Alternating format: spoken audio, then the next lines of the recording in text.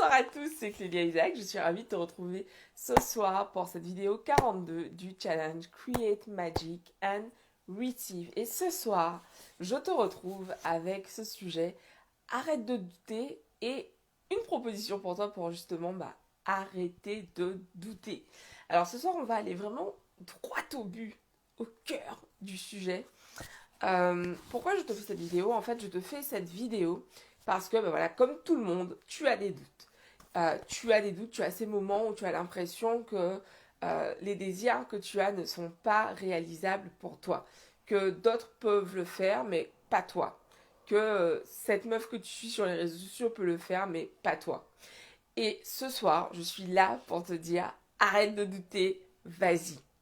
Arrête de douter, vas-y. En réalité, t'as absolument pas besoin de moi, mais je suis simplement là ce soir pour te hyper, pour te simplement pour en fait te rassurer, te dire que oui, toi aussi tu peux le faire.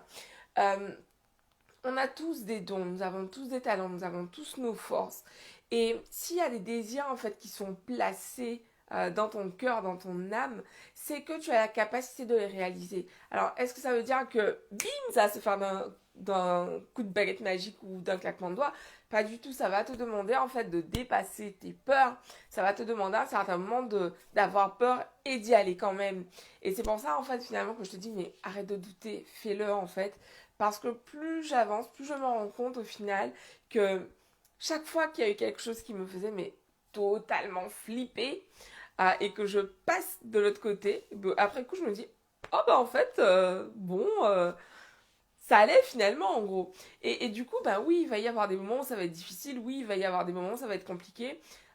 D'autant plus quand on est entrepreneur en fait je trouve que c'est un cheminement hyper challengeant, ça oblige vraiment à aller, en tout cas si on a ce désir de grandir dans son business, ça oblige vraiment à regarder qu'est-ce qui se passe en fait. Tiens, je n'arrive pas à augmenter mes tarifs, qu'est-ce qui se passe? Qu'est-ce qui fait que je ne me sens pas légitime à augmenter mes tarifs? Qu'est-ce qui se joue en moi? Quelles sont les croyances? Quelles sont les peurs que j'ai?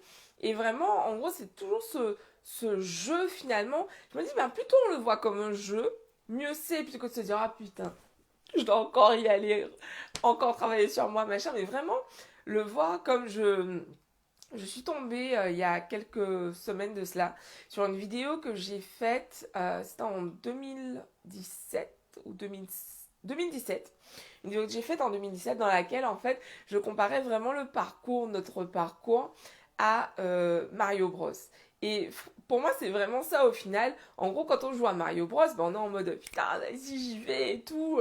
Au début, tu sais pas comment ça fonctionne. Tu te fais tuer par un pauvre petit champignon parce que tu t'es rapproché de lui et que tu savais pas en fait que le champignon allait te buter. Mais au fur et à mesure, bim, t'apprends la technique. Ok, il faut sauter à ce moment-là. Tu retombes sur le champignon. Là, tu prends ta fleur, etc. Tu continues à avancer.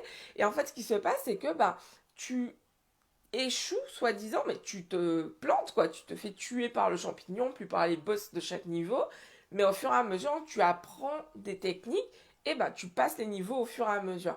Et je vois vraiment la vie de la même façon, en fait. Je me dis, honnêtement, plutôt on prend les choses vraiment comme un jeu, plutôt que à chaque fois qu'on fait quelque chose, faire peser limite un truc de vie ou de mort. Ah mon Dieu, qu'est-ce que les gens vont penser? Ou vraiment ce truc en mode, putain, faut pas que je me loupe. Je parlais dernièrement avec une de mes clientes, elle me dit oui, il faut absolument faut pas que je me loupe.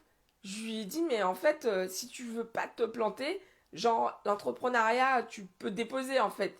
Tu vas te planter, c'est non. Elle était là, ouais, oui, tu vas te planter. Ça c'est clair. Enfin, s'il y a bien une chose, c'est que tu vas te planter. Mais au final, l'échec, c'est juste de rester là, de se dire, oh je me suis trompée, et de ne pas y retourner finalement.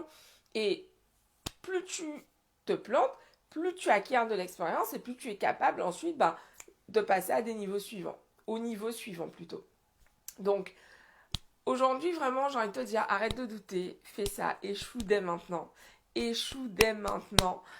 Plus tôt tu échoueras sur ce qui te fait flipper et plus vite tu iras.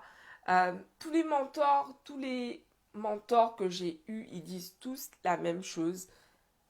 Échoue, plus vite tu échoueras, plus vite, plus nombreux seront tes échecs, plus tu apprendras en fait. Et au final, je trouve que c'est vraiment un abus de langage de parler d'échecs. Au final, ce sont juste des leçons, des apprentissages en cours de route. Quand un enfant apprend à marcher, on lui dit pas, putain, t'es tombé, laisse tomber quoi. Non, c'est pas pour toi. Franchement, non, là, t'es déjà tombé 2 fois de suite, lâche la faire, tu vois. Non, alors pourquoi on le fait avec nous? Genre, nous, on a complètement oublié cette notion d'apprentissage et on croit que on doit tout connaître du premier coup. Pas du tout. On apprend, on développe de nouvelles compétences et on s'améliore de jour en jour. Donc voilà le message que j'avais pour toi ce soir. Je vous embrasse et je vous dis rendez-vous demain pour une nouvelle vidéo. Bisous à tous.